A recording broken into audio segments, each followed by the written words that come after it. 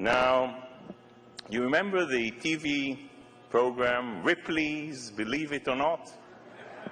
Well, every day in the United Nations you would have Ripley's Believe It or Not. Would you believe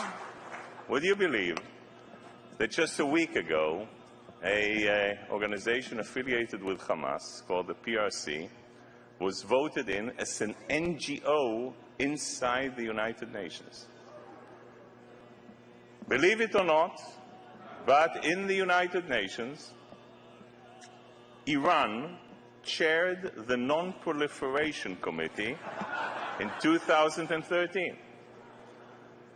Believe it or not, the Security Council was not able, after Hezbollah publicly took responsibility and killed Israeli soldiers, to mention Hezbollah by name, to mention that Israeli soldiers were killed. It was able to only mention the fact that a Spanish UNIFIL soldier was killed.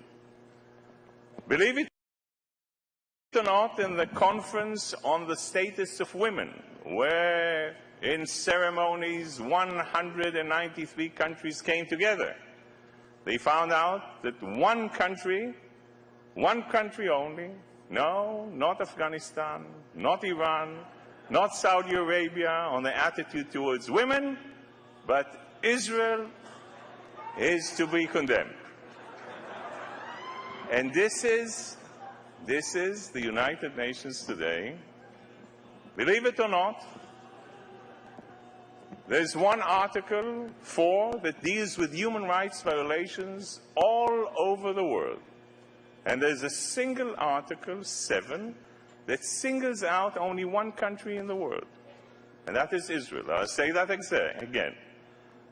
Article 4 deals with human rights violations all over the world. Article 7 singles only one country in the world, and that is Israel. Now, I went to my British colleague, Sir Mark Lyle-Grant, and told him, why is the United Kingdom abstaining in such a situation?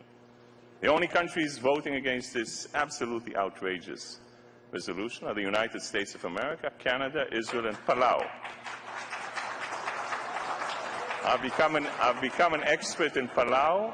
Maybe afterwards I'll give you some guidance. But the United Kingdom, France, other Scandinavian countries abstain. Why are you abstaining? No real answer. So when I say, hey, you know, am I not good enough at least to be in the group with North Korea, Syria, and Libya?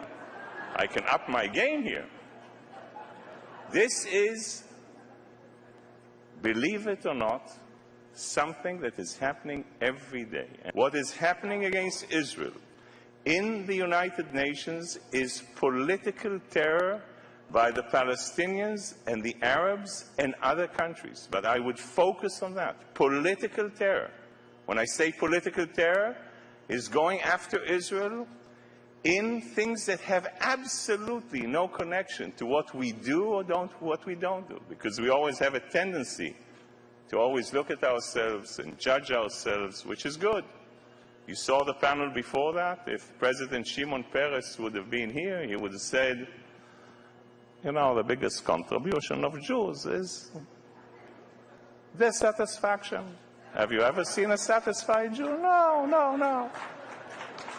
So dissatisfaction is good, but it is also important to know that we have to stand, because the waves and the pressures against Israel do not necessarily come from what we do or not do.